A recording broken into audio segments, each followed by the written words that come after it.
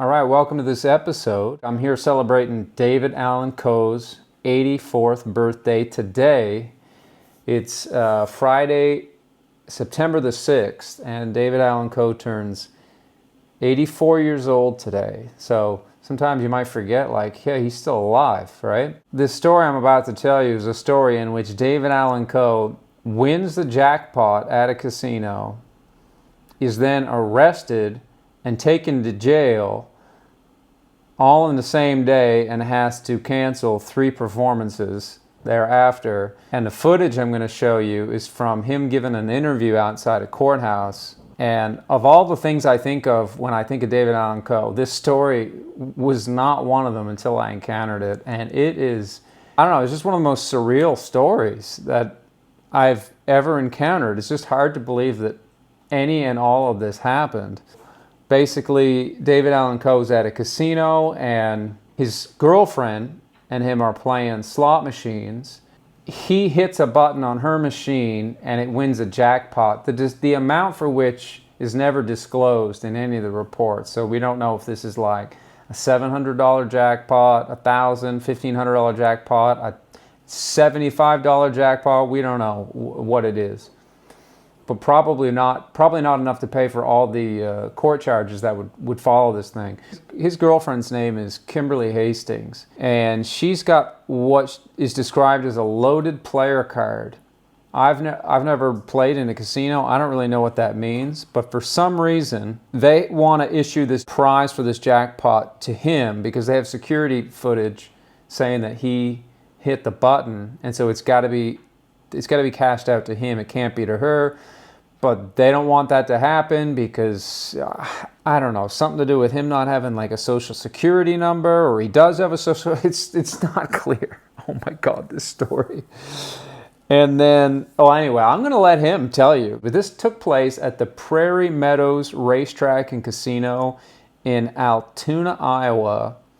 And this happened on June the 8th of 2008. So we're 2024 now. So this is actually almost 15 years ago now that this happened. There's something about this story that is just so, it makes David Allan Coe seem so endearing for some reason, and the way he explains himself and what happened, you got to just take a look at this. So here we go. Yeah, I just think what they did was wrong, and I'm not going to drop it. What was the original disorder about? Now check out the braids in the beard here, the colored braids. I mean, that is quite a look. And I want to remind you guys, before we go any further, just don't forget that with the beard and the hair all together, he has had some pretty outrageous looking looks in his life. I mean, his hair has absolutely been out of control for like 65 at least of the 84 years he's been on Earth. You just type his name and hair into Google search, and you could kill an afternoon, no problem, checking out all the different pictures and the different styles and the different eras. So, I mean, some of these have got to be wigs. But yeah, just really incredible hair, and also in this video, he's got the incredible braided beard. I mean, the original. Yeah, did you have any idea what you did to start it all? I didn't do anything. My wife and I was playing a slot machine, and we were taking turns. And I'm actually the one that hit the button and hit a jackpot, right?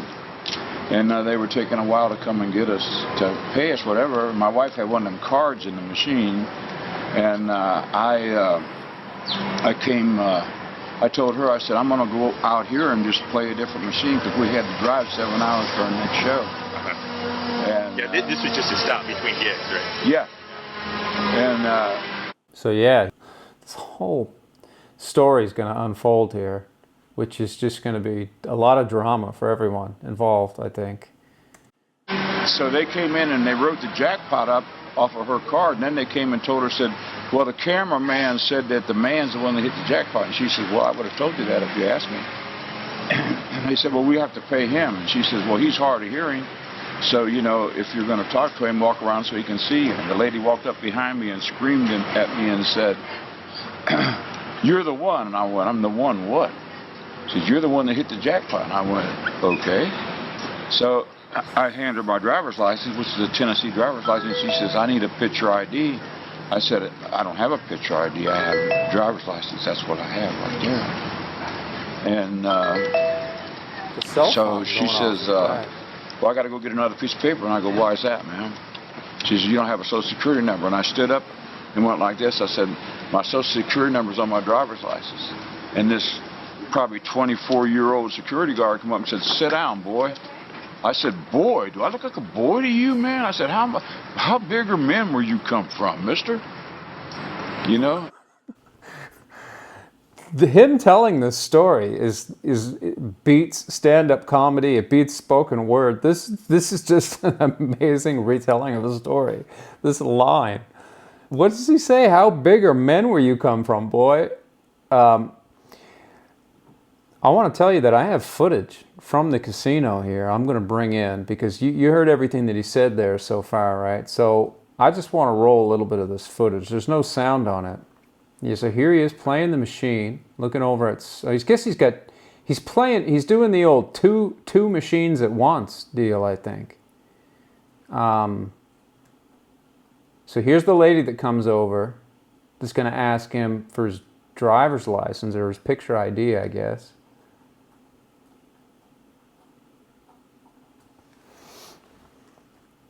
All right. So here he is. So he hauls out the ID. She looks over to the security guard. He's got the ID up there. I can see his hand. Oh, there. She turns back, takes the ID. Now he stands up and he's looking for something else. Now he hands her a second piece of ID. And it's hard to, you can't, of course there's no sound here, so we don't know what he's saying. We don't know how, irritated he is or how loud he's being, or really, the same goes for her, in fairness. But it doesn't look, although he did hit that machine pretty hard when he just tapped those buttons. He stands up again, he sort of leans in and says something.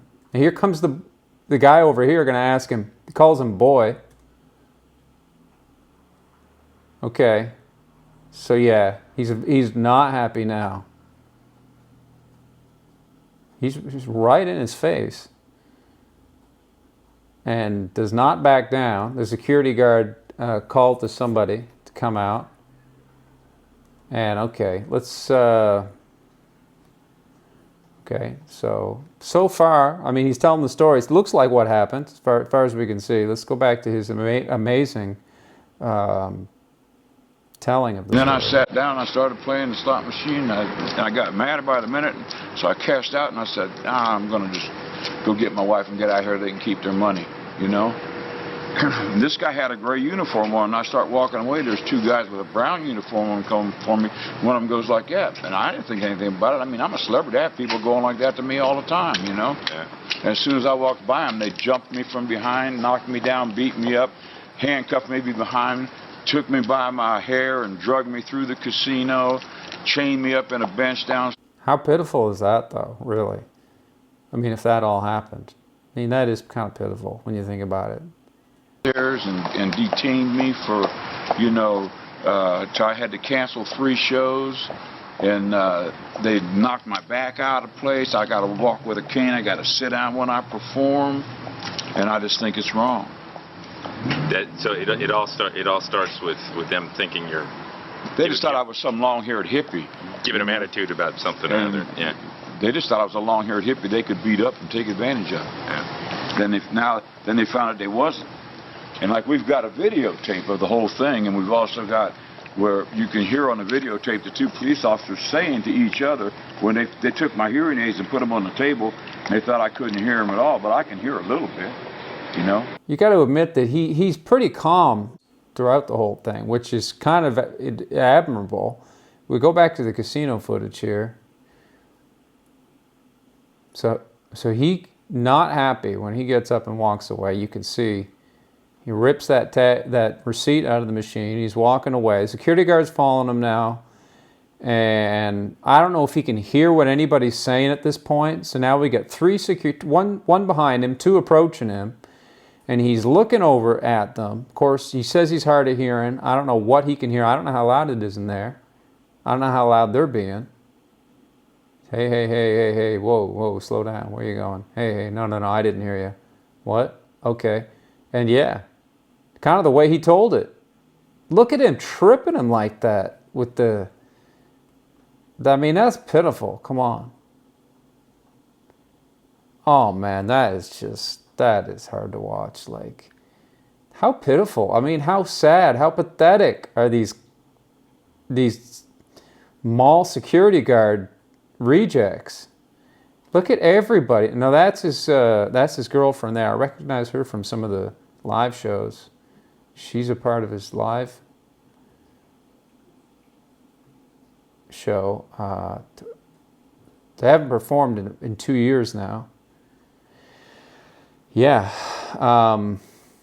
So there's the casino footage. We'll listen to his interview. We could watch it again a few more times because I could really never get enough of this interview of him. I like the opening of it. I like his first line. Well, yeah, I just think what they did was wrong, and I'm not going to drop it. Just plain, just an old timer, just telling it the way it is. The way this story goes from here is that they do go to court over this. I guess I don't need that right now. They're trying to communicate with him, but he's on the road doing his shows, and doesn't check his email, and so they can't reach him. So then the court basically says, I mean, I'm summarizing here. This is just from the information that I could piece together. The court says, well, you're going to have to pay the defendant's legal fees because you've missed all of these dates that were set. And then at some point, the story just kind of fades off. I don't think there was any resolution to it. I guess he kind of just dropped the whole thing. The Globe Gazette reported that the case had been dropped as of 2012. So since we're celebrating his birthday here today, David Allan Coe turned 84, I'll show you a little footage of the most recent concerts that he did, because he hasn't performed since COVID. He actually did contract COVID, which sent him into the hospital, and I don't believe he's performed a single show since then. But there's footage of him back in 2020 and 2021 doing some concerts. I have a little footage here. This is from the Daytona Biketoberfest in 2020, just so you could get an idea what his live show was looking like. And of course, you can see he's quite a bit older here than even from that video we just saw. Like, you know, he's aged quite a bit. And I absolutely cannot tell you how to start the song. If you could tell me the first words to the song, I might be able to sing it. It's called... That's the girlfriend there. So if that ain't country, that's the song he's trying to... He says, no, I don't remember the first line. I just need somebody to tell me the first line to the song. And the crowd's laughing. They're roaring. They think it's a joke. And he says, no, really, I just need somebody to give me the first line of the song. Well, no one, you know, they don't know every line to every song. He's on the spot. He's turning around that motorbikes. Anybody, tell me the first line. Anybody, tell me the first line of the song. Seriously. Off into the microphone.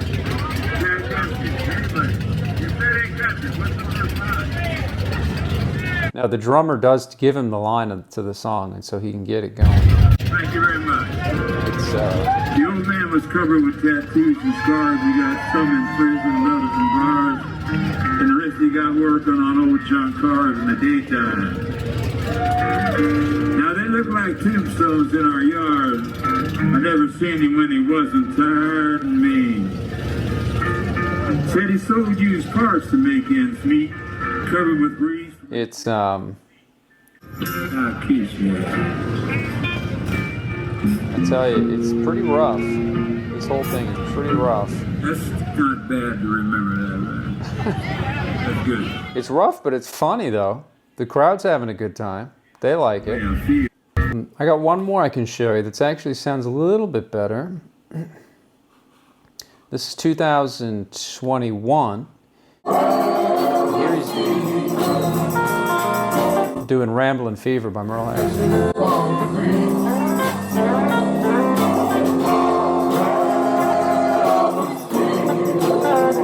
Again, the hair. It's just incredible. Got this rambling fever long ago. When I first heard love songs of love. If they ever told you that I gave a damn, that sure told you wrong. She goes down and turns the page on the iPad for him. I know that trick.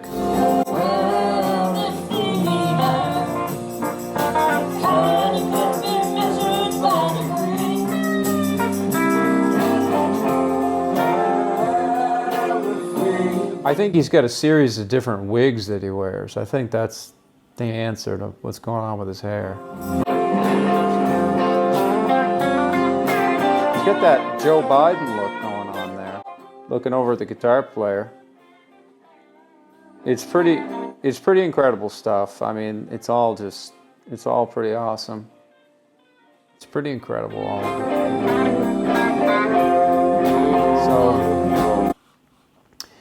So that's what we got for you in this video. The amazing story. I got a record here. His the only David Allan Coe record I have, I just got a couple of weeks ago, actually. And this is it here. It's called Compass Point. It's a really great record. In this record, every song is sewn together without stopping. So the first side of this album actually plays all as one song, one continuous song. So he basically lined the songs up so that the keys would be able to transition from one to another. And there's a couple of really good songs on this album. It's a pretty interesting album because this one was done in Key West. And he spent, there's so many parts to David Allan Coe's story. I'm not a scholar of his career by any means. I just kind of have snapshots here and there, but this is an interesting snapshot of his career, from his career, I should say. 1981, I think he did 2 albums down there in Key West, and he ended up in a feud with Jimmy Buffett, and ended up coming out and releasing a song about Jimmy Buffett, what he thought of him, and it's just like classic David Allan Coe stuff with the name dropping and airing the dirty laundry and his catalog of songs. Was quite a trademark of his, actually. So, there's a couple different ways of looking at that, but this great song here is called Merle and Me. It's one of the great ones. Lost, Loving Her, The Fish Aren't Biting Today, X's and O's. It's a pretty cool record. And he has this interesting thing that he wrote on the back of this album. He's got a whole write-up here for the listener. I'll read it to you. It's kind of interesting on his birthday today, looking back to this here, almost 45 years ago. 10 years of freedom are behind me now. I'm still searching for success, still trying to make people see the music is not the man. Listen to what the man says instead of being put off by my lifestyle. The music's always been there. It will always be there if you just listen. For as the prophets pour forth their predictions, so shall I pour forth my feelings. It's very important to me that you accept me on my own merits and love me in spite of my faults. For only in this life shall you see the Son. The Father will never make himself visible. Is it that you find me a little too honest? In a world of fantasies and escapes, how can I know you love the Son if you don't tell the Father? Write me when you can. I like hearing from you. My address is Box 610B, Route number 1, Big Pine Key, Florida. I've been down there, Big Pine Key. 33043 is the zip code. Love, David Allan Coe. P.S. Play this record for a friend. Turn somebody on to me. So, I mean, we live now in the era of subscribe to my channel, share, like, comment all that. Back in 1979, he was the first one that came out saying stuff like that. He always wanted to have some mainstream success and was always just kind of never satisfied, never settled with his career, always wanting more. And say what you will, I mean, there's definitely some dark chapters in his musical catalog that are, have probably tainted his whole would-be legacy. But, there's a couple ways of thinking about it all, right? You could say, well, some of the stuff he did and said and recorded, some of the lyrics were just unforgivable. It just ruins everything. It ruins his whole career, it ruins everything about him, and you have to dismiss it all. Or the other way to look at it is to say, well, like, we're all human, we all make mistakes, and try to look at that as a blemish, but not throw out the whole career and everything he did. Because if you listen to his greatest hits, like I did today on his birthday, and pretty awesome collection of songs. He put out a lot of stuff. He put out maybe more quantity than quality overall. He had a very, very big library of songs. Not as many as Jimmy Buffett, but yeah, he put out a lot of stuff. But if you just take the really great songs, like I talked about Merle and Me on this record here, you take some of those songs and put them together on a compilation. It is pretty great country western music that he made. So yeah, have a cold beer, have a drink for David Allan Coe today. And who knows, maybe he'll hit the stage again in the next couple of years. Put on another concert and you get a chance to go see him. We'll talk to you guys soon. Take care, keep it country, and yeah, that's it.